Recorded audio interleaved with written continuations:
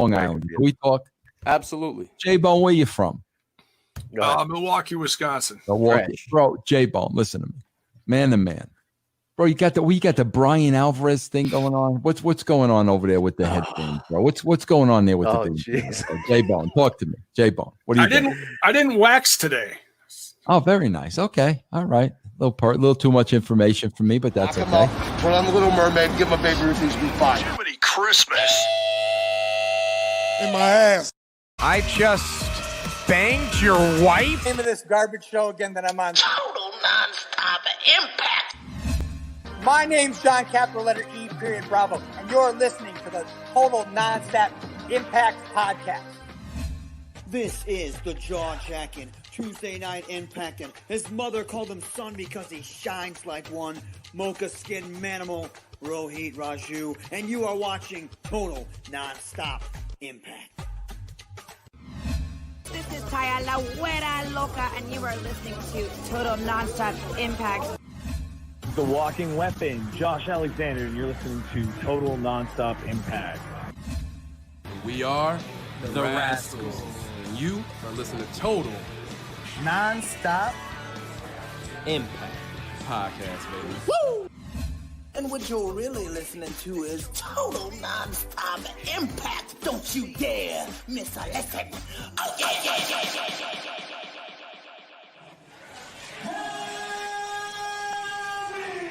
What's up, Impact Wrestling? Let's make some noise!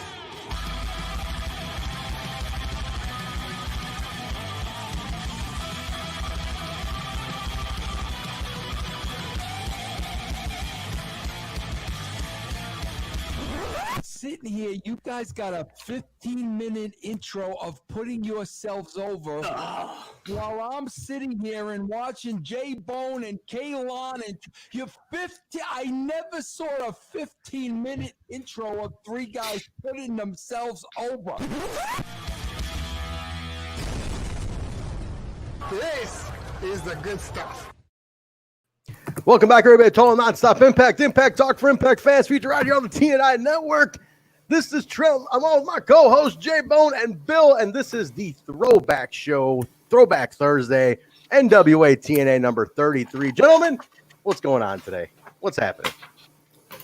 You guys can answer at the same time. I put it out there. You can just of work. I'm going on 2 hours of sleep. I'm drinking coffee. I got an energy drink here, and we are gonna get through this night one way or another. And then I'm doing nothing but setting up shit for Saturday. This weekend, big day Saturday. So tomorrow I can rest up. Tonight I just want to get through this. Very nice, very nice. Well, we got a big weekend, guys. Slammiversary week. But we still decided to do this. We're going hard this week, guys. We podcasted Tuesday. We did yesterday with the predictions. We got this today. Jaybone is on no sleep at all. No sleep. What do we got there, Bill? What is it? It's order. Is that your order for Slammiversary? That's my order. Purchased. Bill has purchased. Nice. Who in the chat has purchased Slam already? Sound off. I want to hear who's purchased. Let's hear. Let's hear from everybody. But anyway, we're gonna do a throwback. I signed up for about a dozen different contests, so I'm crossing my fingers. But either way, if I don't win by late afternoon, I'll buy the pay-per-view somehow, either through cable or fight or whatever. All right. Either way, somehow I win one of those. We did not shill for Fight TV and give one away, but I will give mine away if I win it. All right, deal. How about that? We'll do that. We should have gotten a code from them or something. We should have maybe asked them how that works. I don't know how that works. Maybe for Bound for Glory, we'll work that out. Yeah, we'll talk to Fight TV. We'll see how that whole thing works. But Team Canada today. Look at that, Molson. A little Molson today. Yesterday, guys, we talked. What do you got there, Bill? You got a rock. Jay, you're drinking a Rockstar at 10:40 p.m. Dude, it's the only way I'm going to get through this. You slept 2 hours yesterday. You know what? It's got aminos, whatever the hell that is, 0 calories. It's vegan, and it's got electrolytes in it. And electrolytes. The flavor is marshmallow. Holy shit! Marshmallow energy drink. 300 mg's of caffeine, guys. You slept 2 hours yesterday. You told me about this. You're like, I only slept 2 hours. I'm dying today. I'm not gonna make it. And here you are drinking a Rockstar at 10:41 p.m. It's what Jaybone craves. He's a lunatic, Jaybone. I haven't had one in a while. I haven't been anywhere in a while. That's true. Jaybone hasn't gone anywhere, so he's been locked in for a long time. But we're not counting weeks, folks. We're counting months now. That's true. That's true. We are here, though. We're going to go do a little throwback. We're not going too long today. It's a throwback. We're not trying to burn everybody out. Do I sound okay? I listened to yesterday's show. I was a little light on my microphone. Do I sound nice and loud today, guys? Am I good? Sound good? Yeah. Okay. Yeah, I think you're all right. I think I was speaking away from the mic. I think I was like further away last time, so I want to make sure I'm nice and loud in your face. That's the thing. So in your face. All right, good. All right, guys, we're here to do NWA-TNA number 33. This is Jaybone. The date on this one is break down the date on this one. You're always good with putting the dates up there. This is number 33, February 19th, 2003. All right. So, as we do every week, I was on Dave's couch eating Chinese takeout, watching NWA-TNA number 33 on February 19th, 2003. Bill, where were you on February 19th, 2003? What were you doing?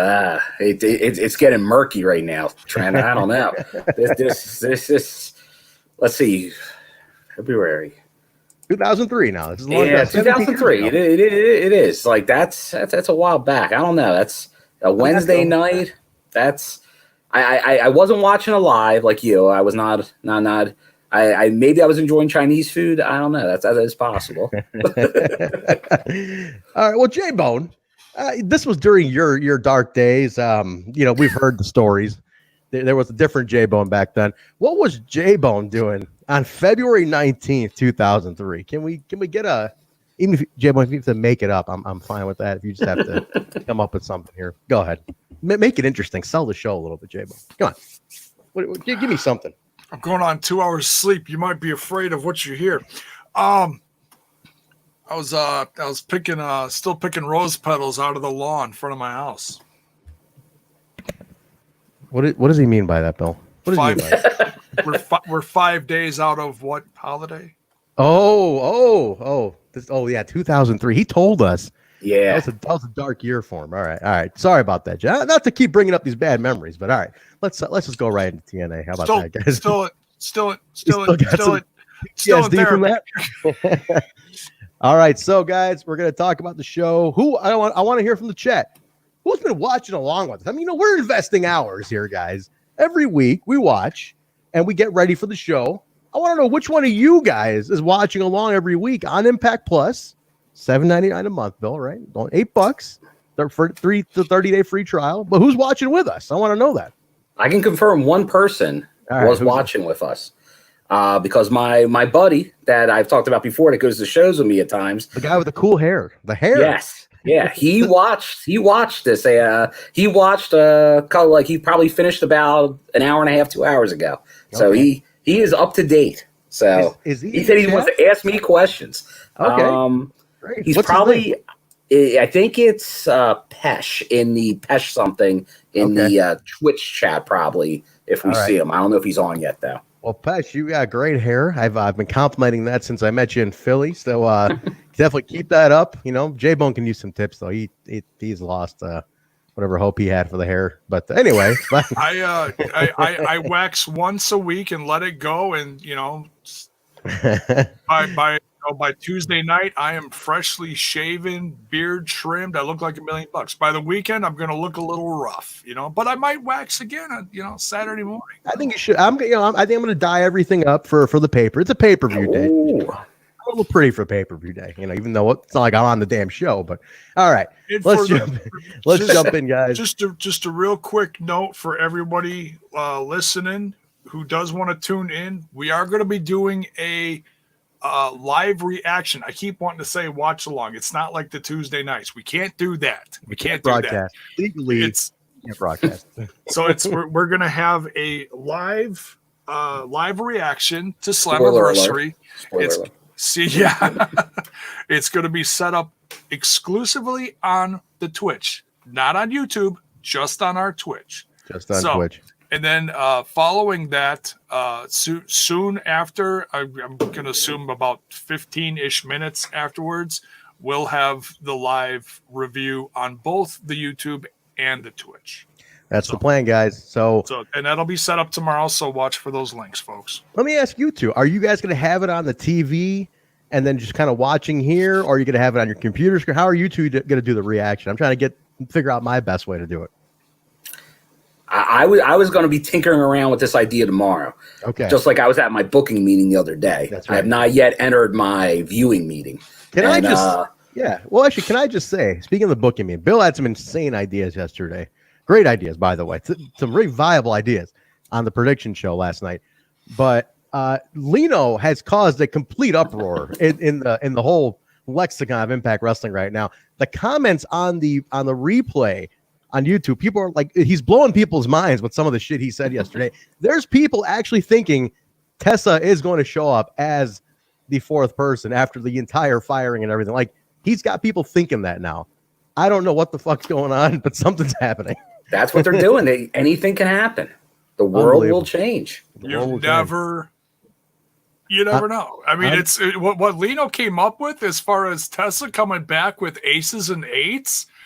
Jiminy Christmas. I mean, seriously. I don't know what's going on. We all had some good ideas, but that may just be the topper as far as controversy and shock. Hey, I don't know what's going on with that, but hey, and keeps on going. We got another match added today, and I'm sure we're going to see another debut. That's true. Rascals added today, so they got their open challenge. I still feel they should have been the title picture, but I've ranted enough about that over the month. So, but I think this will help elevate them. Something's gotta happen. If it's what we all think it's going to be, I think it will. That should do it. I mean, if it is what if it ends up being what we hope, that could do it then. So we'll find out, guys. Everybody shouts out a different tag team. Wait, what?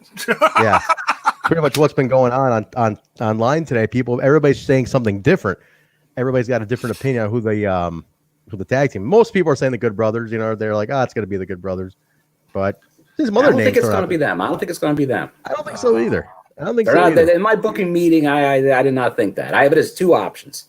Okay. Well, if you guys missed the booking meeting, the video is on demand on the channel. Go take a listen and see what you think of our predictions and stuff. So, all right, boys, let's jump into this. This was February 19, 2003. We open up with a recap of Raven's debut and him and AJ antagonizing for the title. Sports Entertainment Extreme's involvement, that whole thing. A little bit of a recap. Very 2003 video package here, Bill. Very reminiscent of ECW video packages. So. Very much so. So it was good. Get a little recap. Goldilocks in the parking lot. She's waiting for AJ. Car pulls up. AJ gets out, and the driver, Vince Russo, our guy Vince Russo here, is the driver. Now the speculation of, what are you doing with him? What are you doing with? Are you in Sports Entertainment Extreme? Running rampant. Now, that's been the ongoing theme. Has AJ joined Sports Entertainment Extreme? So we got the tease right off the bat. Russo looked like it was very mafia-like though, right, Jaybone? Yeah, it was very just looking straight ahead. It just looked like very mafia-like in a what was it, a Dodge Avenger? I think he was driving. Rolling in my 6.4. Oh no, that's different. That's no, definitely not a 6.4. It was definitely an 01 Avenger. We get right into it though, guys. Gangsta. But yeah, as Don said, he looked like the cat that swallowed the canary. That's it. That was the line. The cat that swallowed the canary. It was good. Don West throws in a lot of those analogies. I've noticed that. He followed right up with the smile, the Cheshire cat. That's right. He was going through them. He was just Don's on fire in this show. I got a lot of lines from Don in this show. Both of them. I think Tenay, that's what inspired me. Tenay did too. Tenay did know. His angry Tenay face all over this one. All over. I tweeted that thing out about Tenay today. I was just watching. I was so inspired by it. I go, we are missing so much without having a commentator like Mike Tenay today. Could you imagine like a Mike Tenay commentator? You guys are in for a big surprise here. The nurse is putting up these comments. She's antagonizing me in the chat. There's going to be something revealed very, at some through the course of the show. It's going to blow everybody's minds in the chat. I'm telling you, yours too. YouTube, by the way, as well. You'll see. I'm putting that out there, putting a little nugget out there. We go into the contenders tournament though, guys. Harris Brothers, AMW, finals of the contenders tournament match. The winner gets a shot against Triple X. This dude, I still to this, I really got to say, AMW is, in my opinion, they're my favorite TNA Impact Tag Team, TNA Wrestling Impact Tag Team. What am I trying to say? TNA Impact Wrestling Tag Team of all time. There we go. I loved it. I think these two just. I literally wrote in my notes, Chris Harris is a goddamn star. Like, he is unbelievable in this match, Bill. I think he looked fantastic. You could see why he was a breakout. You could. Like, you look at Chris Harris in this match, and you do see, like, him and AJ, you're like, those guys are building blocks for, like, a future top guys of the company. It's such a. It was a little wonky, the finish of this match, but it was a. Well, like, obviously he carried this match from their side. True. Now, one thing, did you guys catch this? Jay, you're good with the small details. Did you catch this? TNA. Not tonight. That's Bill. Not me tonight. You were out today. Oh, you're just all right, Bill. Maybe you caught this. Brain's a little scrambled. No problem. You've been working hard. Work hard, kid. Take the night off. Just put the comments up. Me and Bill will handle this. Bill, did you catch this though? TNA was so. This is the brilliance of Mike TNA. He covers the aspect of the Harris brothers being in the match because, like, you know, as a viewer, you're thinking, well, what the fuck? The Harris brothers aren't gonna. Why would they fight their own, right? Yeah, it was a whole team up. Like, this is all sex. It's all sports entertainment extreme.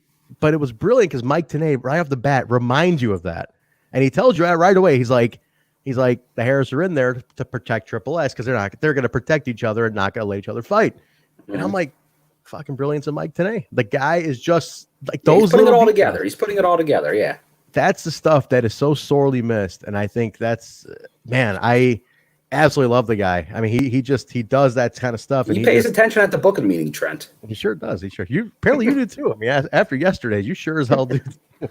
But that I thought was a brilliant little detail because initially my mind went to, what the fuck are the Harris? You know, why is the logic of them winning?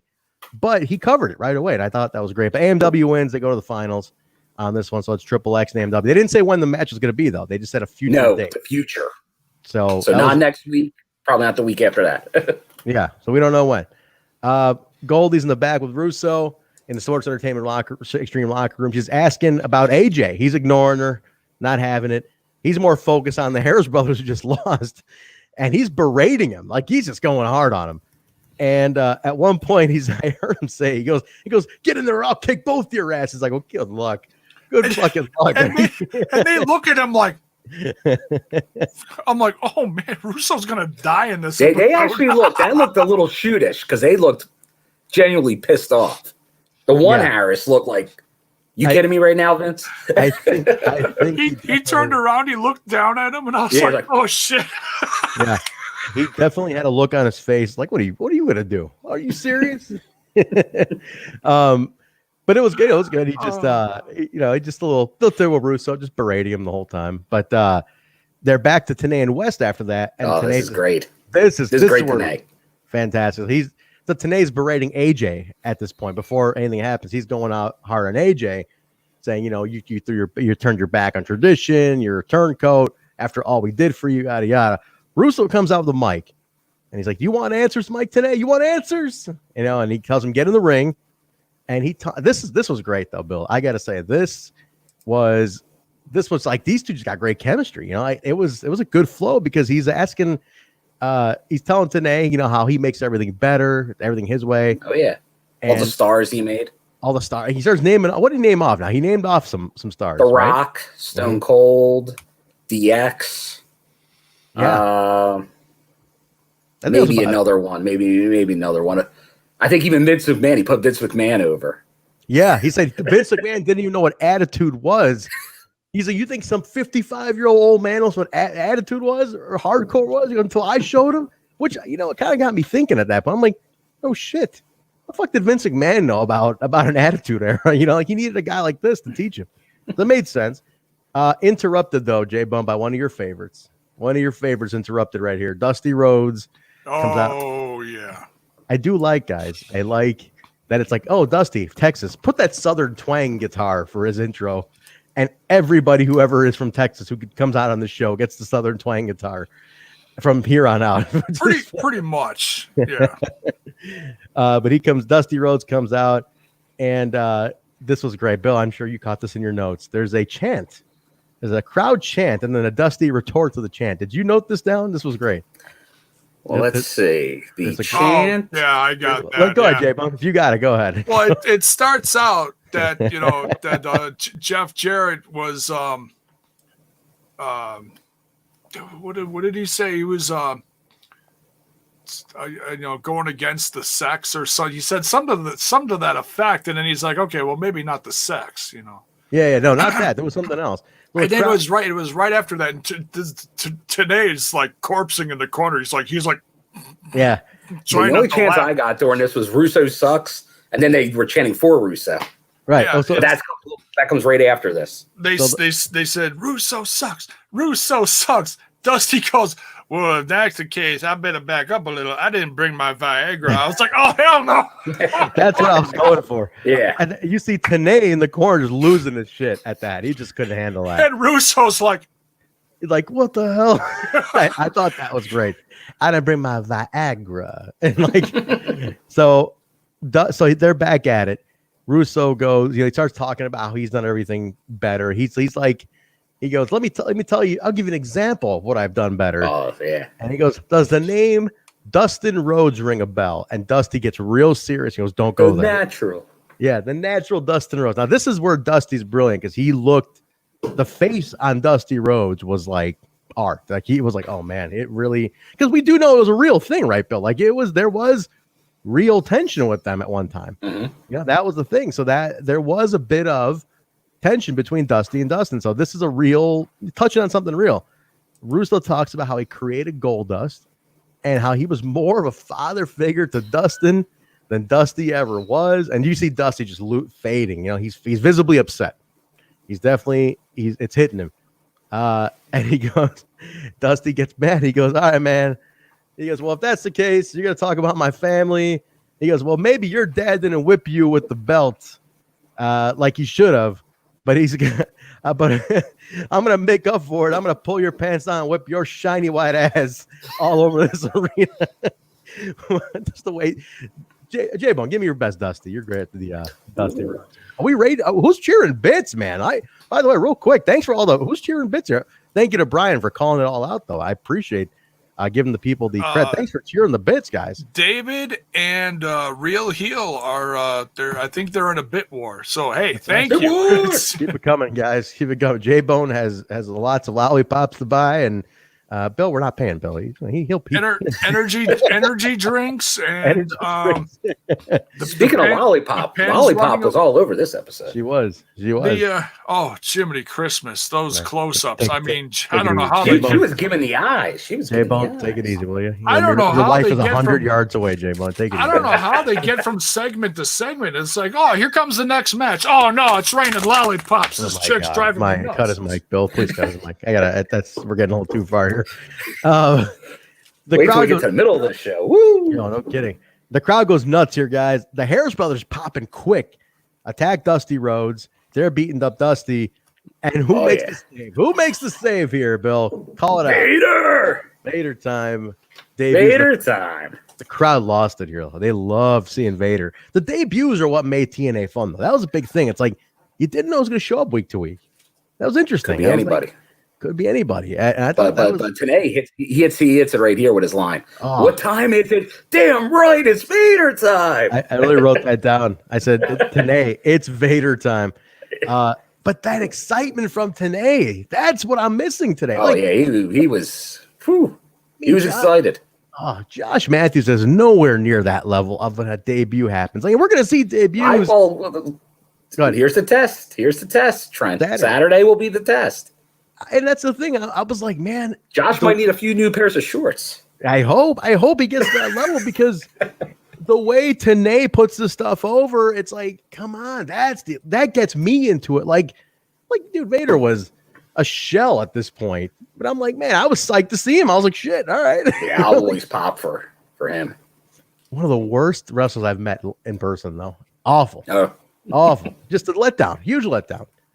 Big letdown. Shitty 8x10 that he was selling too. I was like, what the fuck is this? Terrible. Bad experience meeting Vader. Bad experience. For Vader, really? Wow. Oh, terrible experience. I wanted more. I wanted more out of it. I didn't get what I wanted out of that one. But they make a challenge, guys. Next week it's going to be Dusty and Vader taking on the Harris Boys. So that's next week. The tag team match you didn't know you wanted it, but you wanted. I'm guessing this was a dual taping. This is like a double up taping because they were probably just doing 2 tapings in one night because the crowd was hot. They had a full crowd there. So I don't know if they were switching to two tapings. I thought it was live every week, but I know sometimes they would double up tapings. But this seemed like it would be a double up, unless the guys are going to drive back in. I don't know. But we'll see. But I mean, that match, it's not going to be a technical wizardry in that match, though, Bill. It's going to be a little old school. But no, that's what they said. They said, Don, I think Don put it like it's just going to be a brawl, like all out brawl. He's like, you got it right, Don. That's what it's going to be. That's true. The 2 of them were on this one, man. Big time. We go to the back. Goldie is there with the winner of the auction. Jaybone, remember the auction early on? The what was that, around Christmas time or something? They were doing the charity auction for like play golf with Mr. Perfect, be a backstage commentator, ring announcer. Remember all that? Like it was early on. Yeah, and I think X-Pac was even in on it too, or something. Yeah. Well, Henning was in on it, and shit, he passed away before they could cash in the prize. So that's a little rough. But the winner of the backstage interviewer, though, good old Lorenzo Papa. I actually wrote his name down too. Lorenzo Papa was there, and he was interviewing Jerry about his match with Paul London, and eventual match with Paul London, but his match against the SATs later on that night. Jerry talks about the whole Konnan aspect, so he just do whatever he's got to do to stop Konnan, is what he says. Now, guys, I want to call attention to something real quick. I got a guest over here. I got a guest over. I thought you had a guest. I thought you did. I got a guest. Let's bring this guest in here to make a quick mystery guest. Mystery guest, can you come down here, please? The guest is in the house. Excuse me, mystery guest. We're talking to you. We're talking to you, mystery guest. Oh, look at this. Wait a minute. Here comes. Look at this. Look who's here, everybody. It's the nurse. The nurse is here. You can stay on. I can hear you. Hello. Hello. She was antagonizing me from the other room. That's what was going on. That's why I thought that might be going on. I had a feeling. It's like she might knock over my hair. I'll be in the new background. Yeah, she can be a new background. Way better background. Antagonizing. There you go. Improved over that. There you go. My flag is falling. Oh God! Oh, protect it. Look at this. Look at she comes in here.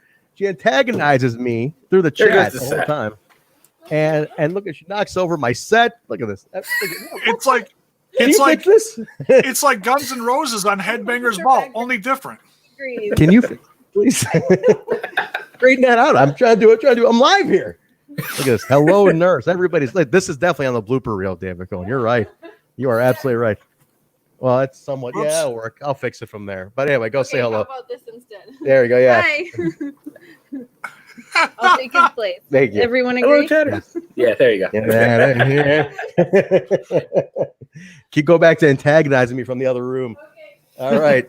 I fix it. There you go. Comes in here, knocks my background down. I'm trying to make a nice little background after everybody was giving me shit for somebody was saying it's like the Japanese massage parlor background I got here. I thought it was more like the beginning of a horror movie. Like I kept because it was dark in the back, but that's only for the Sunday show. Sunday, I relax. I keep thinking there's going to be like a figure that just approaches, just appears out of this thing. But anyway, the nurse is in the house, guys. So look at this. Unbelievable! Unbelievable what's going on here. Someone the else background it is looked like a sushi bar or something.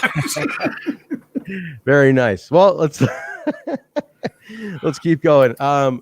Jerry Lynn takes on both SATs and Konnan on commentary, playing up the agenda, guys. This was a good match. But tell me if I'm wrong here. The SATs end up kind of looking weak. Not that Jerry's not a great competitor, but kind of look weak by getting them. Both of them got their ass kicked over here. What do you think? Yeah, I definitely. But it seems like maybe it was telling more of a story because obviously, like they were controlling the match. Like the SATs were doing they were doing their thing. And then obviously Konnan's talking about the X Division just being like knockoff Lucha Libre, and they're going for the Spanish Fly, but then obviously they're not successful, and Jerry Lynn gets the win, and then they play up that Konnan goes into the ring with like kind of the horse whip, and he was pissed off. But then they cut. Well, did you catch this though? The music guy was off all night tonight. That was weird. The music guy was off because he ended up on a kick out. He ended up playing Jerry's music. Did you catch that? Yeah. And it was a little off. But you're right though, Bill. That was an interesting point. They did play it off, but he was kind of like is Konnan already getting rid of the SATs now? That's what I was wondering. Like, are the SATs already canceled? Either that, or he was just going to be like a tough love type situation. That's what I'm because thinking. he was playing him up. He was acting overconfident, like, oh yeah, these guys, Jerry Lynn, come on, give me a break. And then it's 2-on-1. There's no way Jerry Lynn can win this. But then Jerry Lynn wins. Jerry Lynn won. We got the cradle pile driver. You know, like I said, I feel like the SATs end up looking a little weak because they lost, like 2 guys lost to 1, especially you got Konnan on the outside and you're still losing. Like I said, not that Jerry can handle it, but you're trying to really play up this Konnan angle. And it's like, I feel like they needed the win more than Jerry did at this point. So that's what threw me off a little bit. So I don't know, but definitely not over. I mean, if it's eventually leading to a Jerry Konnan match, I'm cool with that. I was going to guess that, yeah. They're the collateral damage. Because Konnan at this point was still he was still working in 03. It was still his hip hadn't gone out because he ends up having the 3 Live Crew run coming up. Like he still has like maybe another 6 years in him until he's officially retired, I think. Love 3 Live Crew, man. I know you're a big Konnan guy, right, Jaybone? You're a Konnan fan. Yeah, like so all 3 of those guys together. They were so much fun, and that was when I started watching in like 2005 when Impact started on Fox or FX. Was it Fox? Fox. Well, was it Fox Sports 1? Fox. That's what it was. Yeah, thank you. That's when I started watching. It was still a lot of the regulars that are on now. I think a little less sprinkling of the the wild west, where you didn't know who was going to show up. It was a little more of a regular roster, I think, if I remember correctly. I could be wrong. By the time they got to the Impact Zone, you kind of had your set roster at that point. Yeah, that's when you were really like, all right, this is the TNA roster, and they were kind of just you were solid in the roster right about then. So. I was putting all those guys in my my PlayStation SmackDown, whatever it is. Oh, the creative player stuff at the time. Oh man, I was huge into that. Yeah. I saw somebody post about it. One of the regulars on Twitter was saying that the second most downloaded arena in the current games, like in the current wrestling games with downloadable content, is the Impact Zone. Did you see that, Bill? I did see that. Yeah, I think that was I think one of our people. I forget who though, but yeah, they did put that in. That was the second most popular shows. That's why Twitch is the future for TNI, because all you gamers love Impact. Anybody in the chat? I want to know anybody stream. Anybody besides Brian? I know Brian does Skull 17 guys on Twitch. Anybody besides Brian, a Twitch streamer in here who does games? Plug your stuff. Get people on here. Absolutely. We want definitely people to follow you guys too. Now your buddy's in here now, Bill. Pesh is in here. I did say Pesh is in here. Pesh, I need to know what kind of conditioner you use. That is the greatest head of hair I've seen, especially in 2019. The nurse is back. What is she's trying to say something? What's going on here? Oh, she's trying to sneak up and ruin the show again. Trying to take over the show. What's going on? Are you trying to fix the flag even more? I don't know what's going on here, guys. It's a run-in. Somebody in the chat was Gary Rossetti. The nurse is causing havoc with the flag. That's for sure. Knock it down is what Millard Harris is saying. But did someone say havoc? Yes. Somebody in the chat did say my city in ruins because of what's happening to the flag. Flag down. Flag down. All right, let's keep going here, guys. Goldie is in the back with Raven. Now, if you're a Raven fan, this is a classic. Yeah. Bill, you would know this. Philly, ECW, Raven on the playground type photo. Promo. This was great. And he just goes into the whole thing, talks about it. He's an accident. He's a mistake. My parents didn't want me. They wanted my sister. Is that a Havoc? That is Havoc. Emote? Look at that. That's Havoc. Nice, Brian. Very cool. He just vintage Raven. Now, Bill, you were there for the ECW stuff. Did they broadcast the promos in the arena too during the show and at the arena back in the day? They had a video screen later on. They did later. Early on, they did not. You would have to catch that on the ECW TV at whatever random time it was on that week. But it was, you would catch that when they would play it back later. Because, they did not have those segments, those gritty segments. Those all came much later. The nerd. I swear to God, I was about to kick her out before I did the show, but I'm like, hang on, say hello to everybody. This is what happens. This is Slammiversary week, and she's dropping stuff behind me. There's noise in the background. I'm sorry. Get back in the chat. Get back in the chat. I was really afraid you were going to say something else. Get back in the cage. You hear like a cage dog. I used to have a joke with Tracy back years ago when we first started dating. We've been together almost 10 years. This year's 10 years. Congratulations. Dating and married is Mazel tov. 4. Yeah. So where's it? 5? Shit, I'm tired. I'm gonna be so much trouble. Hammered. Yeah, it's the brain is hammered. I'm not. The brain is. But yeah, I used to crack this joke. Back in the closet, Poor Mrs. Jaybone. What are you doing over there, Jack? Come on. Claim this nice guy stuff. Put her in the closet. Look at the real heel here. The nurse's eye candy and ratings. The funny thing is the numbers went up as soon as she popped on screen. That's scared me. Trent, this is the eye candy episode of the TNA NWA Throwback. That's true. That is very true. We're gonna get to that in a second. I like Zach's idea though. I need a TNA flag on the rewind. You know what? The only TNA, because they never sold like logo flags. Remember that building? They never actually sold like the logo flag. They only sold the knockouts flags. Yes. Yeah, they never really had like an Impact logo. Yeah, they never really did. I'm trying to think back. Which is weird. They had 20 knockout flags, and they had one Kurt and one AJ. That's right. I got a knockout one that came free. And Jeff Hardy, yes. I got a free one that came in with like a blue, like one of the brown bag specials. I think it was I want to say a test marker one, but like. I'm not gonna put that up. I want a logo one. By the way, Jaybone, you're in deep shit. Mrs. Jaybone is saying you're going on 6. Idiot. Oh shit. You're screwed now. All right, sorry, babe. I'm tired. No, you're definitely on the couch today. The door opens. You are. Just get comfortable where you are, brother. You're not going anywhere today. Wait until we get to a blue dress. We know someone's feelings on blue. That's true. That's very true. This was great. This is the first mention of the. He mentioned the Clockwork House of Fun a couple weeks ago. Yeah, but they're hinting at it being a match now. He's basically given his history with the Sandman. Talks about Lori Fullington, Tyler, the Kid. Were you there for that, Bill? Like, were you at the arena for that? Oh my! I was there for that. You were there for all that classic shit, huh? Jesus. So you were in the arena when the Kid went over to Raven when he walked over. Yeah, dude, Bill was there for some of that iconic stuff, man. That's awesome, man. For anybody who doesn't know, there's a lot of history between Raven and Sandman. Bill, you want to just take a 30-second elevator pitch? He hints at it there, but I guess if you didn't know it, it may not have been that familiar to you.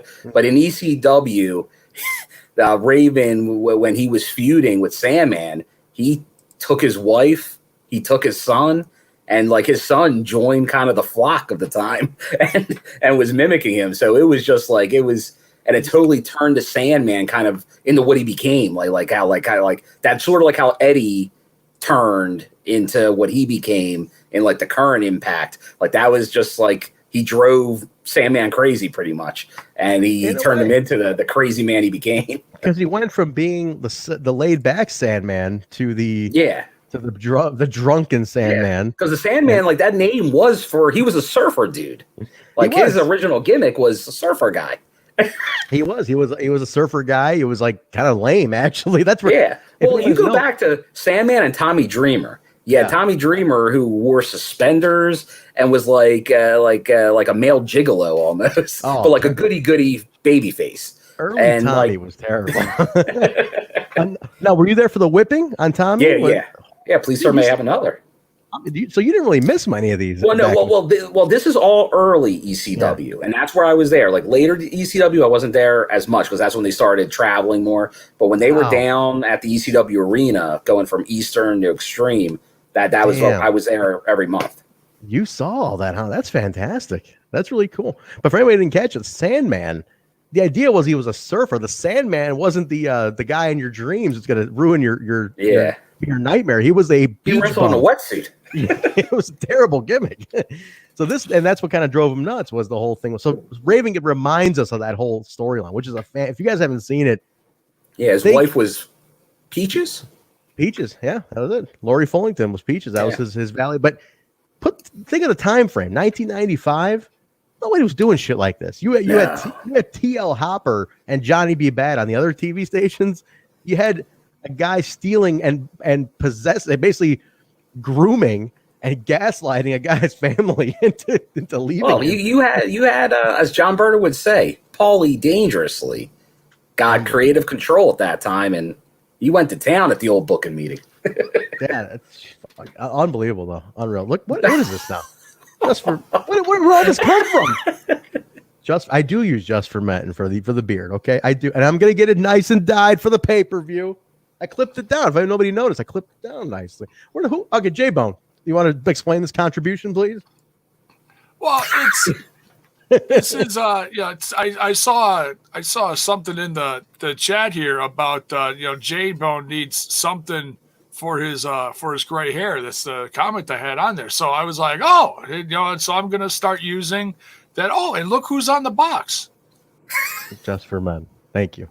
Now that's God damn it, Zach. That's a Zach Bonifer creation. I know that for sure. Yeah, thanks, Zach Bonifer. If you're gonna at least stalk my LinkedIn profile, you might as well add me on there for fuck's sake.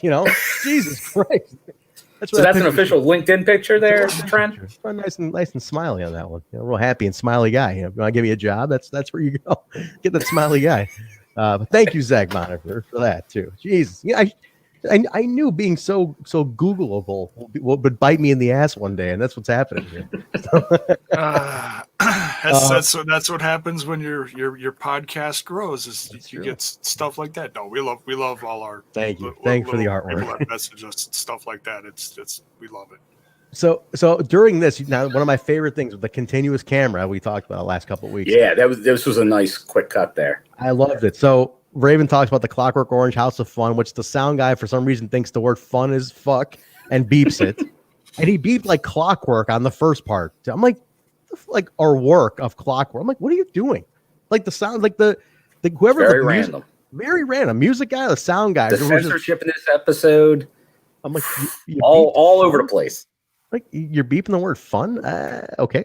But he does that. So Raven goes off continuous camera shot, which I'm such a mark for this. It goes over to Russo, who's leaving, walking out. Sonny Siaki chasing him, and this is where the nickname is born. Bill, you want to mention the nickname real quick? Ace in the hole. Ace in the hole. He tells him, he's like, "You're my ace in the hole." He's like, "I'm your ace in the hole." Me? You're my ace in the hole. He's super happy. And then you catch this now. A guy comes up to Russo. He's like, "I need to talk to you. It's a matter of life and death. I really need to talk to you." And he's like, "David, not right now." And I'm like, "What the hell was that?" It's David Flair, right? No, different David. It was Mortimer Plumtree, apparently. Well, that's what it looked like. Mortimer Plumtree. When he said David, I'm like, is that David Flair with sunglasses? No. I didn't see his face good. Because Tenay later, Jay, did you catch this? Tenay goes, Mortimer Plumtree comes up to Russo. I'm like, he called him by a shoot name then, which I thought was interesting. Oh, okay. Yeah, it was like Dave. Who's Dave? Dave who? I'm like, a little sense of realism. Yeah, David Weber's his real name. I just checked. Okay, that makes sense because I thought it was Mortimer Plumtree. Then when he called him David, I just got rid of that thought. I'm like, that's interesting. He called him David. I'm like, that's weird. And it was very serious. I almost looked like a shoot, and like they talk to you, matter of life and death. I'm like, holy shit, what's going on here? And the way they cut it, again, these shows, like Vince said when he came on our show, they're some of the best shows that not enough people saw. Like this is groundbreaking shit. I think I know where this is going based on that. Okay. Based on what you just said, because obviously when we get to the end, I think this could play into what the end of this episode hangs on. Is that a Russo emote right there, Real Heel? I think it is. That's from the brand. That's a brand emote. He's a brand member. That is awesome. I like that. Thank you. That's Real what Heel. he looked like back then too. That's tremendous. That's tremendous. That's awesome. Very cool, Real Heel. Thank you. And I got to give it to Real Heel hanging with us here. I know Vince just went live with his call-in show. So Real Heel, thanks for hanging out with us while Russo's on his call-in show. So let's guys keep. You better tell Nurse to behave herself. I don't know what she's got going on. What is going on? What is she saying in the chat here? What is happening? She's something about she's gonna. I don't know what she's gonna do. She's gonna do something. So just watch your back, man. Watch, my God. Watch your back. Oh, dye his hair, Nicole. What are they planning on here? I don't know what's plotting. She put this hat on me. I'm just leaving it on. But all right. She did that? She did that. She snuck in and did that. Oh yeah. All of a sudden I looked up and I'm like, oh, she's got a hat on too now. Yeah, Billy, you gotta get your Cowboy James Storm hat over there somewhere. You gotta put that hat on. He's got the gimmick closet. He just reach in there. I'm looking around. Look in the gimmick closet. Something's gonna pop up. Let me set up the next one while you're looking for that. Disco is in the ring and he talks about the characters and he's talking about creating stars, and he introduces his first creation of the sports entertainment extreme era, Disgraceland. He talks Disgraceland. It's like it's a shitty Elvis impersonator. Basically, it's a shot at Jorge Estrada is what this is. So music guy is totally off on this. Like he was late or early with the music, real off today. I don't know what's up with the music guy. But I found out the Disgraceland was Luther Biggs from WCW. Anybody remember Luther Biggs? Kind of more of a jobber, but he was a power plant trainee guy. So Luther Biggs, if anybody remembers that name, that was him from WCW. So they're targeting Jorge Estrada. Basically, it's a lot of that. Disgraceland's opponent, Jaybone's favorite, Shark Boy, is the opponent on this one. I loved Shark Boy. I know you did. This is all pre-donuts Shark Boy. Pre-donut Shark Boy. Pre Jaybone physique Shark Boy. Okay, so here's a little bit of the pear-shaped couldn't get out of catering physique. It's that poor bastard. I didn't like that gimmick, but I can laugh about it now because it's like, oh man, I'm living that gimmick now. But yeah, this was hilarious. I was gonna bring it. I totally forgot because I was so damn tired today. But when I was watching this, I was laughing so hard because I love peanut butter banana sandwiches, and there he was coming up to the ring eating the gimmick peanut butter banana sandwich. I was like, oh, I got to do this later. And I completely forgot. I apologize. As I was supposed to have like a plate of sandwiches here and forgot for this segment specifically for this.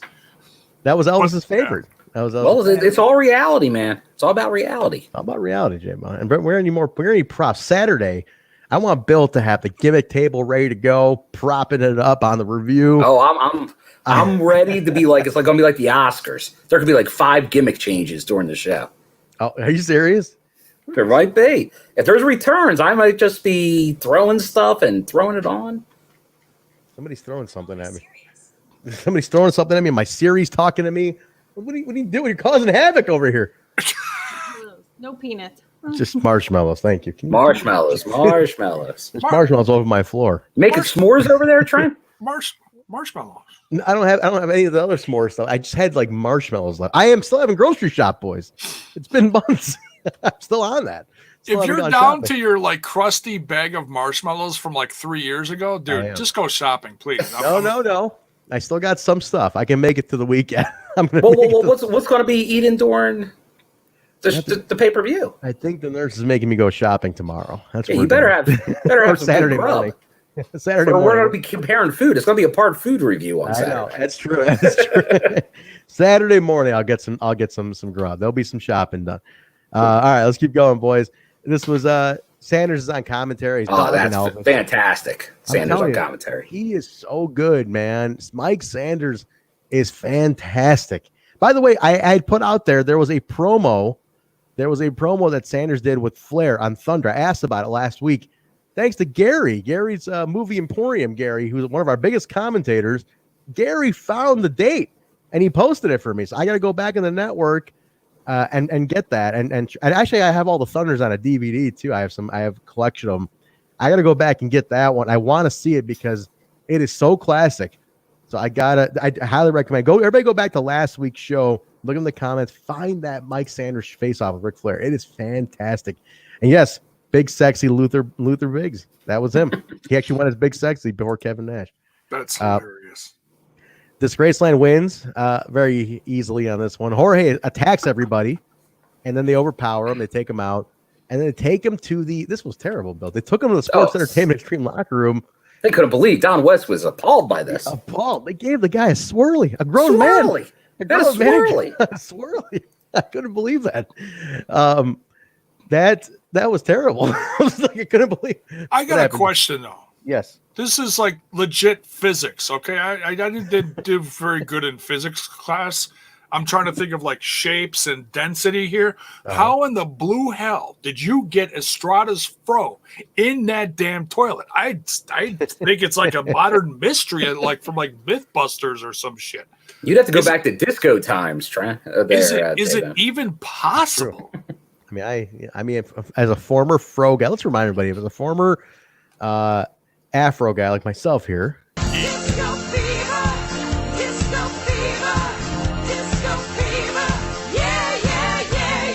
Jiminy Christmas. Yeah, that was definitely Jiminy Christmas. Yeah, as a former fro Beat guy. me to it. That's okay. That's okay.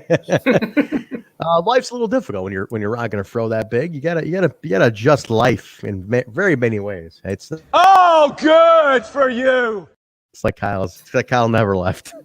But life has to adjust based on that, guys. So I'm just saying it's not easy. I don't know how the hell they got the throw in there, but look at this. The nurse is calling me out. Hakeem called me out, saying, Trent, you start a Patreon to get money for Rhodes. I have money. I'm not broke, but you guys, you know what? Actually, on that note, let's get the sympathy and let's get that Patreon going anyway. Right now. Excellent timing there. And Bill, I love how you show up on the end of that too. No, the nurse even brought food. She brought pizza tonight.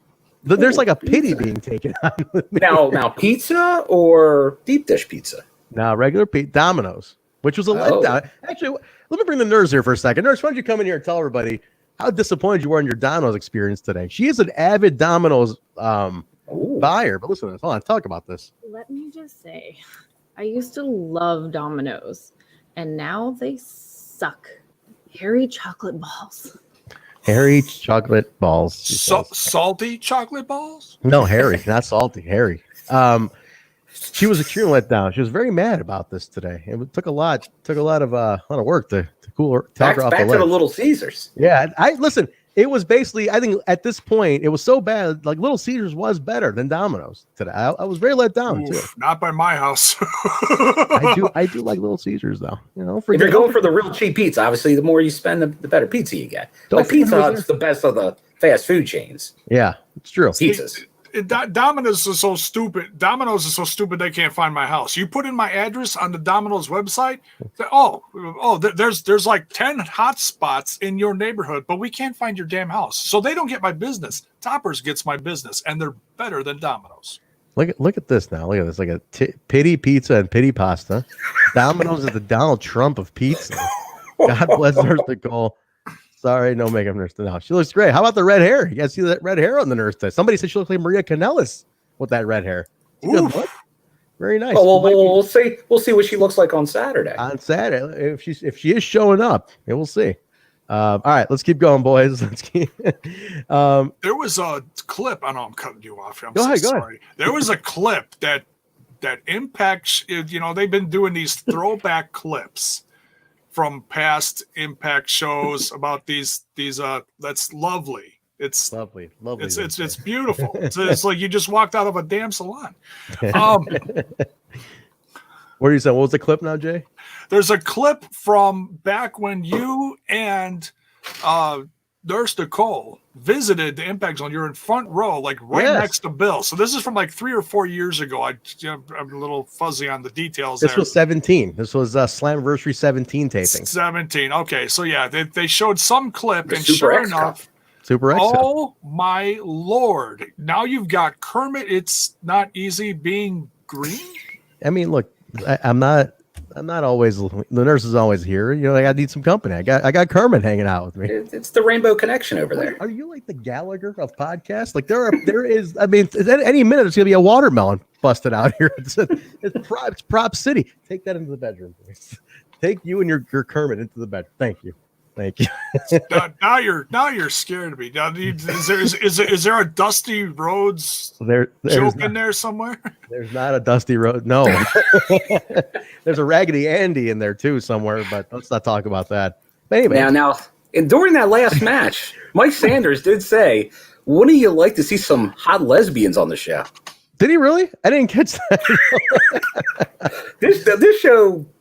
Off the rails, guys. It went off the rails. Oh my god! I gotta say though, Real Heel just cheered 50 bits for the nurse's appearance. That is fantastic. I think she's making us money. That's great. All right, the money's going up. The views are going up. This is awesome. She's gonna petition for a spot permanently. She's gonna start watching throwbacks now. Would you just look? Trent. It's time. Would you just move her ass in for crying out loud? Just cut. Not really. Cut his mic. There. Please cut his mic, please. Thank you. She's hearing all this, Bill. You know, like give me. I'm trying to help you, nurse. Trying to help you. She doesn't want to live here. She's like, you're too OCD for me. There's no way I can live with you. She goes, no way I can live in the same house. You'd actually have to have food there. Yeah, I'd have to have food. Exactly. I'd have to be off this insane, like, whatever challenge I've set for myself to not grocery shop in quarantine for nearly 4 months. I have to get off of that. There's no way she'd live in the household like this. I do that with gas. I try to do like the Cosmo Kramer and keep like no gas in the car. Keep going. How far can I go? How far can I go? You were scaring me there too. I mean, thank God you're talking about your car. My God, Jaybone. My God, what has gotten into you today? What is in that drink? Hey, there's Tums, Bill. There's Tums, but let's continue.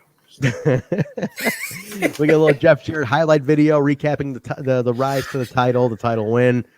Goldie in the back with Jeff Jarrett. He says he's frustrated. Larry Zbyszko comes up to him and says he's gonna. I'm sorry, not with Jeff Jarrett. She's with JJ Dillon, and he's like, I don't know what's going on. I'm still new here. Everybody's pissing me off around here. But Larry's like, oh, what's going on? They're big guys. Like, I don't know. He goes, I'll find out for you. So Larry is up to something. Always a heel though. Always a heel. Larry Zbyszko. He's always pulling some shit though, huh, Bill? Ever since the early days. Yeah, that's Larry. If Larry's not doing that, it's not the living legend Larry Zbyszko. Exactly. That's why we love Larry. It's true. He is like that swarmy uncle that you like. you don't invite all the time. Like he dresses like he's in Hawaii like all year round. You know, like you don't really know what he does to make money. You're like, he lives decent. He's got a job. You don't really know what he does, but he's got cash. He's always like getting by. You're like, he's always kind of like up to something. That's Larry Zbyszko. He's always up to something. He's a schemer. He's a schemer. Totally schemer. Ever since he turned on fucking Bruno, man. You as a Philadelphia guy, I mean, that's the hit hard. And so, by the way, I need some. I know it's Pittsburgh, not Philly, but definitely I need some. Danny Daniels taking a drive out to Pittsburgh next week to pick up 10,000 wrestling magazines for one of his. He's got a museum. Danny Daniels of AAW, ECW fame he has a wrestling memorabilia museum. He's going to pick up like 10,000 magazines in Pittsburgh. And he's like, tell me somewhere I should go eat. I said Permanente Brothers already. I know that's the one in Pittsburgh to go to. That is the one. I will not act like I'm Mr. Pittsburgh. Anyone that's from Pittsburgh or close to it will put it out there. Give me the boot. I'll take Philly, but I cannot take credit for Pittsburgh. But that Permanente Brothers, I liked it. Yeah, it's the one you gotta go to. I guess it's the one. It's in their ballpark. Like if it makes in the ballpark, that's kind of what it's known. But I'm sure, just like I say, like if people said the Philly, like the main cheesesteak places, I'd be like, nah, you don't know what you're talking about. Yeah. So there's probably some gems out there. All right, anybody from Pittsburgh, drop one in here. But did you ever see Danny when he wrestled at ECW? He was over there around 90 or 99. I don't know if you were still going to 99. I definitely did, but not, like I said, that's when I was not as frequent anymore. That's when he was doing the heel ref gimmick and he was screwing Jerry Lynn constantly. So that's when he was out there. So I probably saw him as a ref, probably not as a wrestler. Yeah. He's on Network a bunch of the matches on there. You know, he's got a couple matches. He fought H.C. Loke in the Manhattan Center during the dark match before I want to say one of the Hammerstein shows. And him and HC Loke had a refs match, and it was like they beat the shit out of each other or something. It's on the network actually, so it's fun. All right, let's keep going. I always put him over. He's like the big brother I always wanted, like the cool big brother who's got like everything of wrestling ever in his basement, and it's like, damn. I wish that's a collection you guys got to see one day. All right, let's keep going here, guys. So Paul London is taking on Kid Kash. Okay, I need clarification on this. This is where I need you guys to explain this to me. Paul London's getting a title shot against Kid Kash, but Paul London lost last week in that gauntlet match. What did I miss in between here? Why is London getting a title shot when he lost last week? Did they say anything? I'm trying to remember here. They were just really selling that debut that he was the last one, but he also came out near the end. But yeah, they were just. It was a surprise. Yeah, it was a surprise that would be his first defense. Yeah, because he won it last week too. So like, yeah. Why, Jay? Did we miss something on this one, Jaybone? Why was Paul London getting the first title shot? Because they mentioned Jerry's going to get it at some later date. He's got to deal with the SATs. But why did London get it? I don't understand. They never he lost the match. Was this actually a title shot? It was announced for the title. Yeah, they said that's his first defense. So I assume it. They didn't seem to make a big deal that it was a title defense, but then they said it was. Sonny Siaki was the last champ, right? Sonny Siaki defended it a lot too. Yes, it's like a TV title. Yeah, it's like a TV title. It's a weekly thing. But so, what I don't get is why was Paul London in his second match in the company after losing his first one, getting a title shot? That's the part I can't figure out.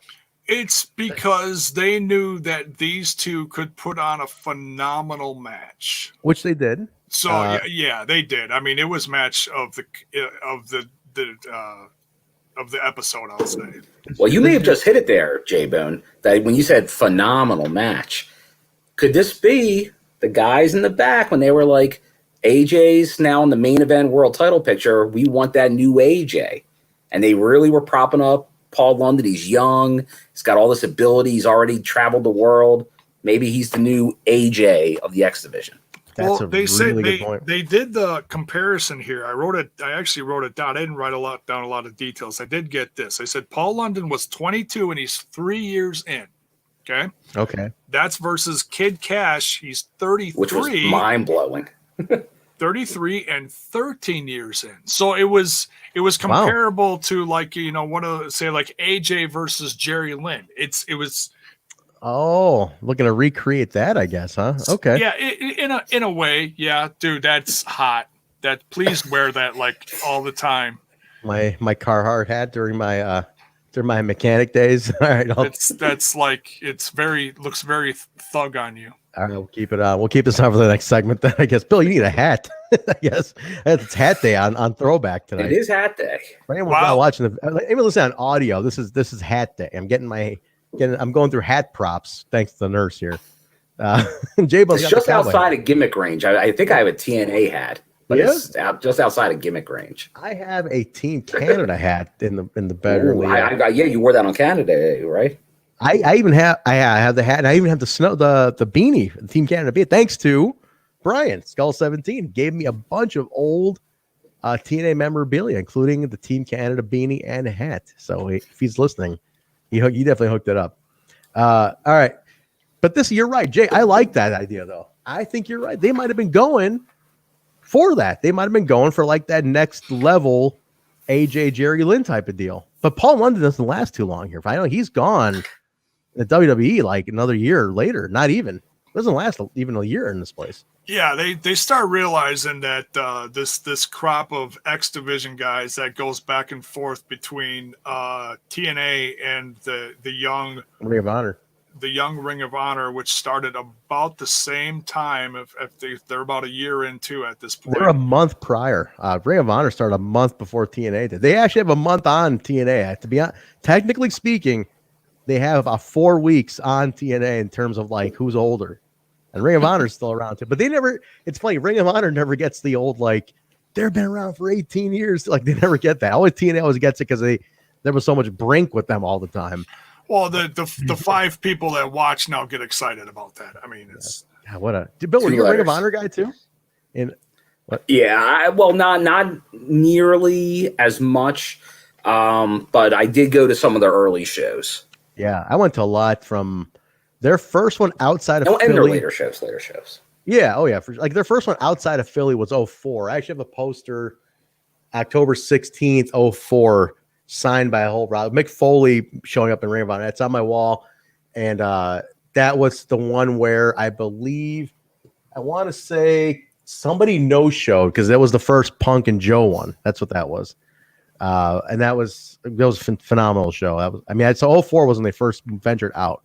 That was going up until the last one I went to was 17, War of the Worlds, and it was like the mini Bullet Club show. And I was like, all right, that's enough for me. Yeah, that's when they changed. Yeah, this is definitely not Ring of Honor anymore. So I had to go away from Ring of Honor at that point. Put it backwards. Put it back. Gotta go thug. Gotta go thug tonight, I guess.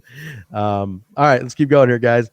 So we get to the Goldies in the sports entertainment. Well, I'm sorry, I didn't mention. There's a line of the night in this match, though. Go ahead. With Kash. Go ahead. Now this is a little risque. This line, Kyle would love it. All right. Jerry Lynn does a flip dive outside of the ring. Kash. Yeah. Kid Kash. Yeah. And he says, John West says, I wonder if you videotaped that because I'm coming in your face. Wait, what? What? Don West was all over the place tonight.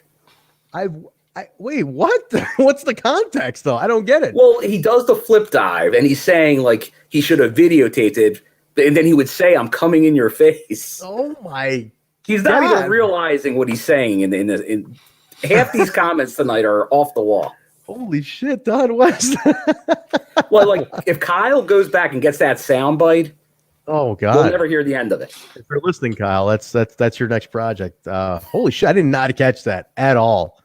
I didn't catch that. So, yeah, I had to replay it 3 times to make sure I actually heard that. Did you really say that? Kash gets the win on this one.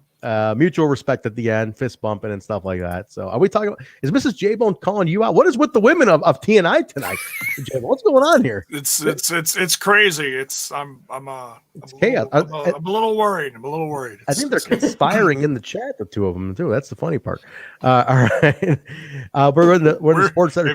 If that's the case, dude, we're in so much trouble. We're not gonna make it to Slammiversary.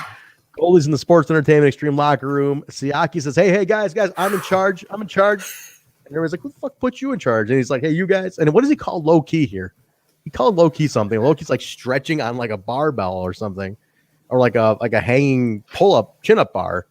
And he says something to him. He's like, what do you call him? He says something too low key. He's like, get down there. Yeah, get down there. And then he goes through all of his sports references. It was great. He's like, hey, I'm the ace in the hole. And Disco's like, who the hell put you in charge? He goes, no. Russo then. Ace in the hole. Sonny Siaki. And then they start doing a Sonny Siaki chant in the locker room. Like, you can tell these guys are just completely winging. Sonny. It was so like just out of nowhere. Like, they're just winging half of this like improv, basically. We get a TNA sit down with Jonah, who was the loser of Tough Enough. Like, we're bringing this guy on? Why did we bring this guy in? He was the 3rd place guy. It wasn't even the runner-up. He was the 3rd place guy on Tough Enough that year. Jonah, I never watched it. I don't know if anybody remembers Jonah. Either of you watched Tough Enough that year?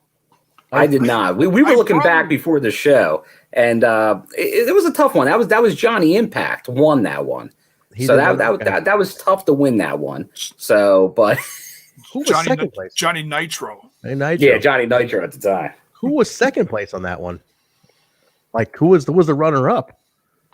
Somebody. Was that the guy that caught cancer? Was that guy? Matt Capitelli? That was him? It was Matt. That was Matt. Oh, okay. Because that guy died, right? He just passed away, didn't he? Within the last handful of years, somewhere in there, I believe. Tough. Okay. Yeah. Oh, shit. Okay, yeah. I know, like, and so it's funny because later on, Disco makes fun of the fact that he's like, we don't get the runner up. We get the 3rd place guy. Like, but anyway, so TNA does a little sit down with him. Jonah, just get to know him. Looks like every other D-bag with an Affliction t-shirt and a barbed wire tattoo in my opinion from the time. Nothing special. And they're talking about they signed him. I was like, I don't know what's going on there. But Sanders comes out. Here's Bill's segment of the night now. Mike Sanders comes out with a valet. No name given, right? No name. Blue dress. No name. Never a name. Just a blue dress. Blue dress. Showing a lot. And we don't know what she's there for. I initially put down she was his new valet. But the deal was she was offering, well, they call out Jonah. Jonah comes out. They call out Jonah for being in third place. Total loser. What is that? Oh, yeah, it's Goldberg. People are saying Jaybone looks like Goldberg. He offers him the girl in the blue dress. He's like, why don't you have a night? He was tempted. He's like, have a night with her, and a spot in Sports Entertainment Extreme. It's all yours. It's all yours. Just skip the match. He rejects him. And now I didn't catch this part now. Now you said Jaybone. I'm sorry, Bill. The win came because Sanders gets the win here, but there was a distraction. Talk about this because I didn't see this part. I saw the distraction. I didn't see what you said happened. Yeah, there was a distraction. And for viewers, if you want to go back on Impact Plus and check this out to verify me or not, at the 1 hour, 16 minute, and 45 second mark, this distraction happens. And this, we'll just call her the lady in blue, appears on the apron. They still never gave her a name. No name. And she'll never have a name.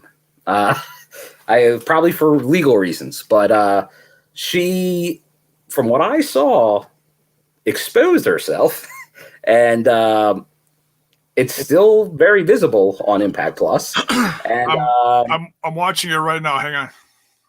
I'm not going to play it on here, but I'm 1 watching. hour, 16 minutes, and 43 seconds. Bill, the fact that you got the exact timestamp, everybody who has Impact Plus right now is going to, and the Impact Plus team's like, guys, the NWA-TNA number 33 really blew up overnight. So Mike Sanders misses, no water in the pool. Both guys are getting to their feet. Swing and a miss. Clothesline from Jonas. Or Jonah. He goes to put him in like an STF, and then that's when it happens. Big slam. They don't bleep it out though, huh? They don't blur it out. Drop kick. Okay, Jaybone's giving us a verbal play by play. This is going to be like Saturday. Oh, she looks like she's getting ready for something. She just did her hair. This is exactly what Saturday is going to be. Basically, it's like, okay, and then Disco gives her a little push up on there. This guy gives power him a sign. Slam, kick out. Now I'm guessing local dancer. Oh yeah, here we go. STF. He helps her up on the ring. Oh my God! So they don't blur it out. No, her tits are all over. Are you kidding? Like, oh shit! I thought this was going to be the story of the show. So they leave it in. See, I was very tired when I watched this, and I missed that. It's like I had to rewind this like 3 times. But like, hey, what was the finish? Oh, he pinned him. Okay, that's just to see who won. And then they do the close up on her at ringside, and she's got this this shit eating grin on her face. Oh my God, that's hilarious! I can't believe they didn't. Okay, now the cameraman can't get the camera off of her at this point. So these guys beep the word fun at one point. They beep fun. Unbelievable. They don't blur out the flashing on a live show. Unbelievable. What match was this? And everybody's going, all you animals. You animals are all going to your Impact Plus right now. This is Mike Sanders taking out Jonah, TNA number 33. 1 hour, 16 minutes, and what, Bill? 43 seconds? About 45 seconds.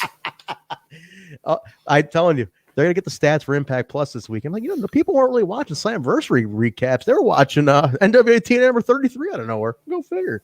That's why. That's why I said, did I miss something in one of the earlier shows? I don't think this has happened before. I think that is the most extreme they got through, at least till today.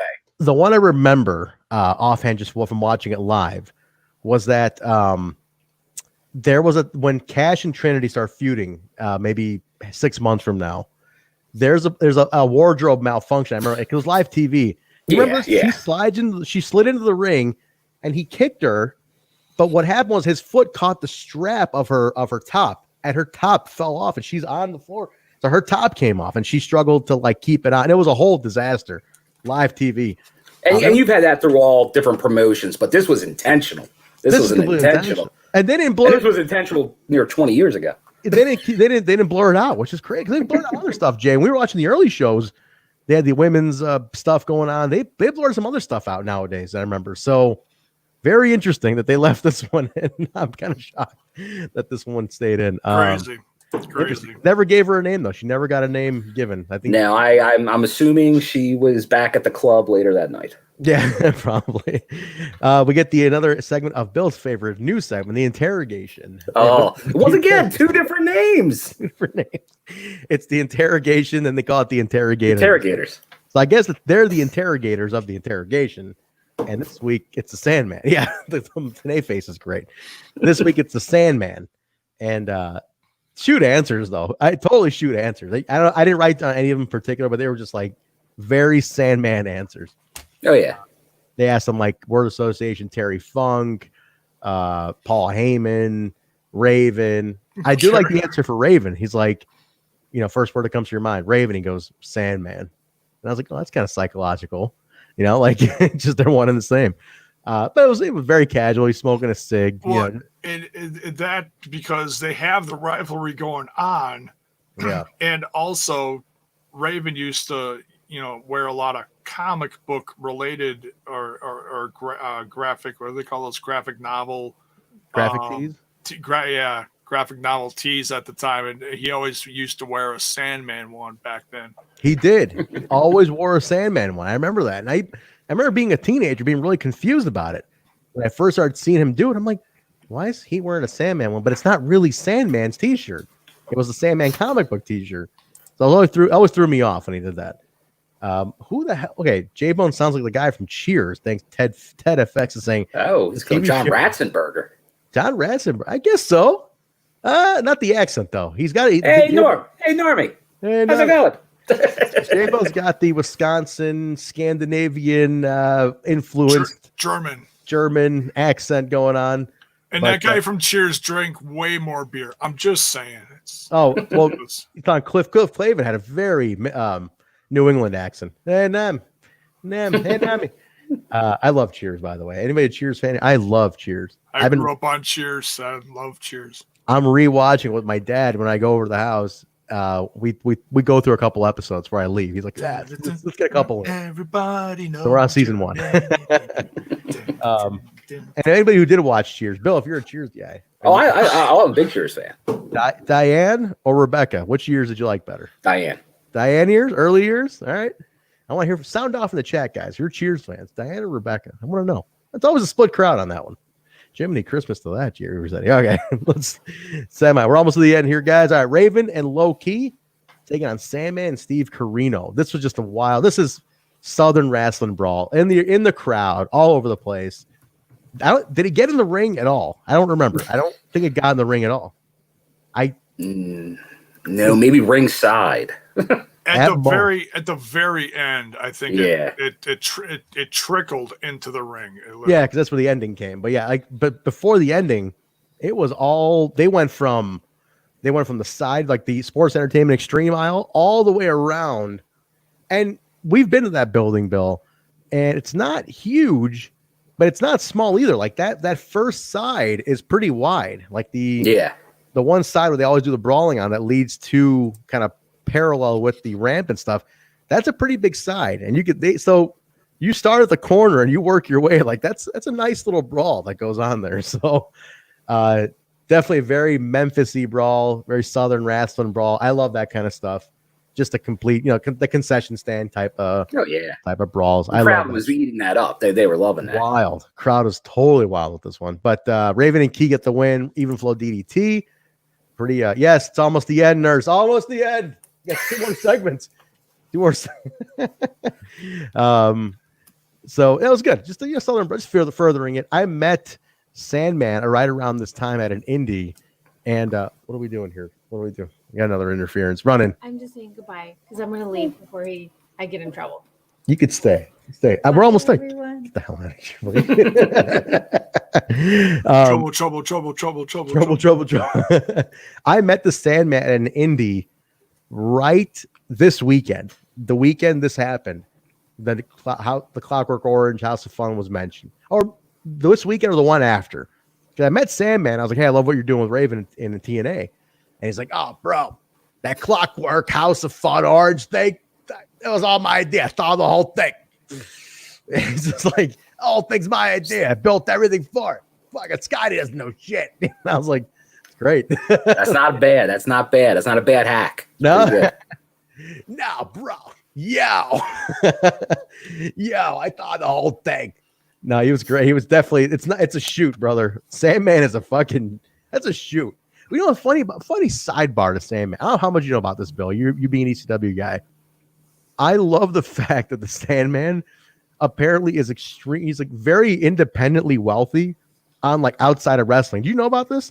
Yeah, The guy took his money and invested it into a contracting like construction company. Yeah, construction. Yep. Construction, right? And he is a proprietor of several like strip malls in Philadelphia and owns a ton of fucking property and like has money just like chilling. That's why if you guys saw the Jordan documentary, he's at the fucking hotel after the Bulls won the 6th title. He's hanging out with the Bulls and because he just had the money to go and like do this stuff. I'm like, of all people, the Sandman has that kind of cash. I never would have expected it. Like, oh, it's a little karma because the guy that influenced the whole Stone Cold gimmick, and got nothing for it. That's true. Didn't give any rewards for that pretty much character stealing. And but so good for him. Yeah, definitely good for him. All right, main event, guys. This is it now. Main event. This is a big one now. This I thought was an extremely Ted FX. It's very true. The guy invested his money very well. AJ Styles, Jeff Jarrett, NWA title. Now the controversy is that AJ turned. Is he with Sports Entertainment Extreme? The crowd is hot for this because you got that split crowd, right, guys? Like, there's the Jarrett camp, but then there's the camp that grew up with AJ over the last 33 weeks. Now they're just like, this is our boy. Yeah, and that's really local because AJ is their local guy. It's like they boo him when they have to, but man, when he comes out, man, they are proud of him. Super proud. They just can't get enough of the fact that their boy is getting this shot now. Because it's only been not a year, almost a year though. You got 33 weeks. You're a little shy of a year, but this is they've seen this kid grow. Since June. The rise of AJ, and the crowd is super hot. But then very proud of him. Yeah. You got a lot of Jarrett loyalists here too, though. That's the thing. A lot of Jarrett fans in this too. I think they change over the course of this match, though. Good point. Very good point. I'll let you elaborate in just a second. Let me just mention that Larry Zbyszko comes out to interfere. It's a little choppy, but he gets the brass knuck. First, I think he fucked up on the leg sweep. I think it seemed like it felt like he was a little. AJ made it work, but I think he was a little late on it, or a little like sloppy with it. AJ made it work, but I think he hits Jarrett with the brass knucks. So we got Larry interfering all over the place. By the way, I gotta say, I've always, since the beginning, have hated Jeff Jarrett's kick out, like the shoulder up thing, the real stiff shoulder. It's. Am I crazy or is that really annoying? Like he's just 1, 2. I'll tell you, I remembered this match, but not just like watching it again. I got angry during this match. Oh, talk about it. Let's elaborate on this. So actually, before you start, I think she's saying goodbye. Are you leaving? Saying goodbye to the people. She got her mask on. Remember to wear your mask. It protects others. That's coming from the nurse, guys. Wear your masks. Wear your masks. But go ahead, talk about it, Bill. So, like, obviously, as you just said, the kickouts of Jarrett, the super Jarrett that we see in this match, the kicking out of finishes. You would think it's maybe a show you see on Wednesday nights because of all the kickouts, but of finishers. But this was near 20 years ago. Come on, Superman shit. And Jeff Jarrett can't be doing Superman stuff. Like, you're not Hulk Hogan. Like, come on, man. He doesn't have the image of that. You know, and that's why. Like, obviously, there was some Larry underhanded tactics, but the crowd didn't care. That crowd was way majority AJ as that match is going on. that they didn't know they should have pulled the trigger here and had that title change was bad booking. Bad booking there. I agree, because here's all that happens. Let me just run down real quick as the ending sequence happens here. Jay, and if you want to throw in anything on this too, if I miss it. Oh, this was such a hot mess. I didn't write any of it down. Okay, let me just bullet point it. Oh yeah, the double bump. Oh my gosh. So we get that got me angry too. So we get the brass knuckles from Larry. Jarrett kicks out. Crowd super hot. Larry gets kicked out. The ref gets bumped in. The ref gets bumped. So I think Rudy Charles was the first ref. Gets bumped. Yeah, Rudy bumped. Rudy bumped. Andrew Thomas comes in. Second ref. The Harris brothers come in. They H-bomb Jeff Jarrett. Vader and Dusty come in. Who could barely, they were having a hard time moving, by the way. They were really struggling. Vader, I think the first time didn't get in the ring. Didn't make it in the ring. They had to kind of drag him in a little bit. Yeah. That's what I noticed. They come out. They brawl out. Siaki comes in. Siaki ellipses Jarrett twice. Twice. Jarrett finishers mean nothing. Twice. Now gets a finisher. Styles fights Siaki off, showing that he's good. He wants to do it on his own. He's now at Sports Entertainment Extreme. Lakers thing, wear a fucking mask. So Styles fights off Siaki. Now you got your confirmation. He's a traditional guy. JJ. So Styles ends it with being on the I mentioned second ref bump happened in between all this. I forgot who bumped the second ref. AJ's on the rope, just got rid of Siaki. Jarrett comes up there, gives him the stroke from the second rope, and gets the win. Wait a minute now. Oh, the second ref bump was ridiculous. I totally slid. I didn't write down the second. It was like a missile drop kick or something from AJ, solid to the face. I mean, it looked bad. Okay. He went flying out of the ring. I was like, oh shit. So he ain't coming back. What got me was Jarrett got H-bombed and Siakalips twice. But AJ, who's younger, got one. And Clash. He got the Clash. But AJ gets one stroke from the second rope, and he was done. Like, foot of fourth. Well, he did get a stroke. He did get the stroke when the ref was out. So there was no pin attempt on the first stroke. That's true. Then the not so super stroke was the finisher. Shit. So Jarrett wins, keeps the belt. Crowd. There was the portion of the crowd that appreciated the good match you just saw. It was exciting. Yes. It was an exciting match. I'll give him that. Like, one thing I'll say, Jay, is that Jarrett, like him or not, the guy is a point A to point B wrestler. He can get you. He's a utility player. I've always said about Jeff Jarrett. Absolutely. I mean, especially like I spent so much time when I was a new fan back in 2005, a new fan of watching TNA. I spent so much time hating Jarrett as a champ back then. I mean, he legit got all my Triple H heat. Okay. Mm-hmm. And because I felt that's kind of who he was at the time, comparable to, like always the champ, and oh God, he won again. God damn it. That's what I felt like, but I can totally appreciate what's going on here and the booking and the psychology of what's going on in each match and the storytelling. I can appreciate that now because I wasn't looking at that back, 15-ish, whatever years ago. That's the one thing I'll give him, whether you like the Superman shit or not. The guy, by the way, Ted FX, this was in Nashville, Tennessee at the fairgrounds. He's asking what town it was in. The Asylum. Which just got torn down. But Jarrett is such a veteran. I mean, that guy's been wrestling for 30 plus years.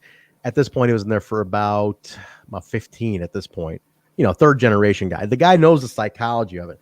He is a point A to point B guy. He's not the most, flashy guy ring-wise, but he is a utility player. He can get you where you got to go. I always said that about Jeff Jarrett, and that's a big reason why he was always in a featured role, no matter what company he was in. Because he could put him with anybody. Like Rhino's a good guy like that. I always say Rhino's a utility player who can you can put him with anybody and they can work with Rhino. And Rhino can work with anybody you give him. There's certain guys who just have chemistry with anybody. Jarrett is one of those guys who can just get a match out of anybody, bad or good. So, but I agree with Bill on this one. The crowd was hot for an AJ win here. This was ready to go. you may have lost them because there was a standing room only crowd. They were there for AJ Styles to win that belt that night. And I'm like, you missed the opportunity, Bill. I was like, yeah, I think people came to see that title change. I really do. Everybody was on their feet. They were, yeah. It was a tough one. Yeah, I was going to go with one of my AJ retro shirts from the early TNA days. But then I'm like, you know what? I'm not. It annoyed me too much. I'll give you my written down line at the end of that match. Go ahead. Stroke off second rope. Okay. ... Jarrett wins. Boo! Exclamation! Exclamation! Exclamation! Exclamation! Nice. We'll go with that. All right. So then the last segment, the match is over. We cut over to Russo in the car, and he's addressing Jeff Jarrett, and he's saying, Jeff, you know how my people do it, like basically he's implying a mafia type sit down. He says, I'm right outside your house, and I like doing things face to face, and we need to have a talk. It's been, that's how we've always done it. So he's, I'm going to go inside and say hi to Joe and the kids, and wait for you to come home. We got some talking to do. And that was it. We went off the air. That was NWA-TNA number 33. Uncle Vince. Uncle Vince. We're going to talk. The kids are going to see Uncle Vince. But that was it. That was the close of the show, guys. NWA-TNA number 33. Story everywhere. A lot of action. That is some. I'm going to be hanging out with your wife and kids for a while. It's like, oh, shit. Jill did pass away, though. His wife, Jill, that he mentioned, she passed away from breast cancer. Not too long after this. A couple years after, she passes away. And that's right. Completely forgot about He went through a big then when he was running Creative, he was going through all his wife dying basically for a while. And then he's married to Karen Jarrett now. That whole saga. I mean, anybody knows that. Hakeem can write an article on that saga, I'm sure. But Angle versus Jarrett in the shoot relationship saga. Had some reality to it. Oh man, that was tough to watch because you knew what was going on, and you're like, how the hell did they put this on TV? It's like, okay, it's like, and I say that in all seriousness, is like, if you're just watching as a fan, it's like, whatever, it is what it is. A little bit of reality TV in there. But if you went through like a brutal divorce, it's talking from experience there. Me? No. I can attest to it too. Yeah. if you went through this shit, you look at this and you're like, how the hell did they do that and legit not knife each other in the middle of the goddamn ring? I mean, legit, seriously. Maybe. But that Bruce, I like the Russo emote there. That closed out the show, guys. That was it. We're going to number 34 next week. Jarrett's still champion. AJ. Where does AJ go now? Kind of like basically the only title I have any direction on right now is we're looking at AMW's got the title shot. Everything else is kind of up in the air on what direction it's going in, but we got enough contenders everywhere. So 34 is going to be interesting. I didn't look ahead. I don't remember all these. I watched them all live. Don't remember them. 34 is going to be interesting. We're going to see what happens at 34. I feel they have to set up the next month next week. Like you have to start setting up the next contenders. So yeah, it's going to be a good one, boys. Once in a while, they did the whole, okay, Don West, set them up for next week. You know, and it's like, okay. They didn't do it on this one, right? No, there was a couple of these where it ended down to the last second, something hot, some debut or something crazy happened or something like this where Vince was like at Jarrett's house and when they went off the air, you know, or we're out of time, you know, one of those deals. Yeah. We're out of time. But yeah, this was one of the odd ones where it's like, oh, we don't know what's happening next week. But, you know, you have the hot finish like, oh, shit, what's going to happen between Jarrett and Russo next, you know? There we go. Well, that's it, guys. So number 34 will be next week. Let me just set up, get the plugs in here real quick. What's coming up this week? Saturday, we're doing a reaction watch along. We're not streaming the show here on Twitch or YouTube. We're just going to do a react. We cannot legally stream Slammiversary. We'll be doing a reaction. We'll be on screen. Basically, it's a hangout, so it's a Zoom meeting. We're going to be watching it on our own, and we'll be reacting to it. You guys can come hang out with us. And then right after that goes off the air, just a few minutes later, about 15-minute break, we're going to go right into the Slammiversary review. That's going to be a hot night. So a lot going on, everybody. The review will be on YouTube and Twitch. And that's correct. So that'll be Saturday. So get ready for that, everybody. And then if Jaybone isn't expired by then, we'll do an Impact Plus weekly on Sunday. But we'll see you guys Saturday. Let's get the plugs in here real quick. Bill, where can people follow you, connect with you? They can follow me on Twitter at my name at William M. Gardner, Gardner. There you go. Jay, you want to plug Smash and all your other goodies real quick? Go to YouTube, follow Smash This Podcast. That's all I got. Smash This Podcast. He does everything, a little bit of everything else on Smash This Podcast. And then Jaybone5150 on Twitter, Instagram, Jaybone5150. I'll do your goddamn plugs for you. Guys, you can follow me at Hemi Music, Instagram, Twitter, Facebook. Instagram. I'm trying to build my Instagram up on the band.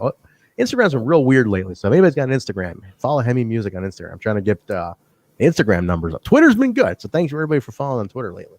And pick up some new merch. We got a bunch of new merchandise at HemiMusic.com. I saw you had some leggings or pants for the ladies. We got ladies leggings. I was going to say, like, dude, please tell me you're buying the leggings for yourself. That's hot, dude. That's hot. This in 5, 4, 3, 2, 1. The nurse going to come here like, where are my leggings? I'm serious. She loves a good, comfortable pair of leggings, and she wants to wear a pair of Hemi leggings. So that would look like some good Johnny Swinger gear there. It could be. Could be. But yeah, that's the best way to support me, guys. Or the show, We Talk Impact, Instagram, Twitter, Facebook. Type in We Talk Impact, one word, or Total Nonstop Impact Podcast. We come right up on all the major social medias. Definitely connect with us.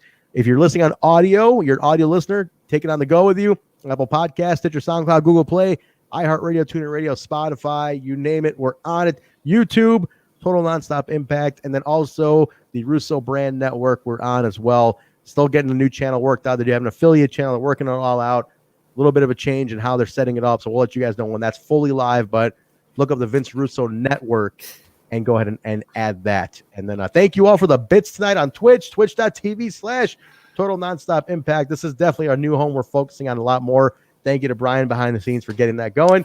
Guys, that's going to do it for us. Saturday, Slammiversary. Get your orders in. Hashtag Slammiversary. Start talking about it. Get the buzz going starting tomorrow. And don't forget to get your official TNI t-shirts, everybody.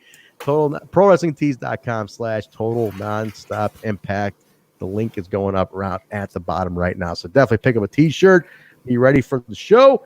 And I think that's going to do it, right, boys? Jaybone, get that video. The links are going to go out tomorrow for show up for the on the Twitch channel for TNI. That's the watch along, like we said, or reaction, not watch along. Reaction. I keep saying watch along because I do them on Tuesday, so I say watch along.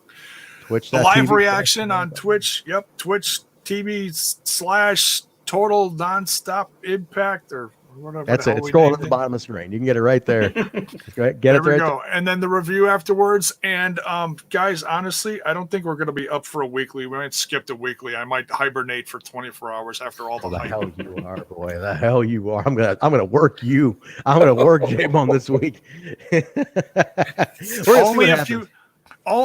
Only if you wear those leggings. I'm gonna bang his wife. It's enough out of you. Play the video. You guys swing? It's enough. Jay, cut his mic. Please play the video. Let's get out of here. All right. Right now. Right now. We'll see you guys Saturday. Thanks for joining us tonight. See you. Find me the name of this garbage show again that I'm on. Total Nonstop Impact. My name's John, capital letter E, period, Bravo, and you're listening to the Total Nonstop Impact Podcast. This is the jaw-jacking Tuesday night impacting. His mother called him son because he shines like one. Mocha skin manimal, Rohit Raju, and you are watching Total Nonstop Impact. This is Taya La Güera Loca, and you are listening to Total Nonstop Impact. The Walking Weapon, Josh Alexander, and you're listening to Total Nonstop Impact. We are the Rascals. And you are listening to Total Nonstop Impact Podcast, baby. Woo! And what you're really listening to is Total Nonstop Impact. Don't you dare miss a lesson. Oh, yeah.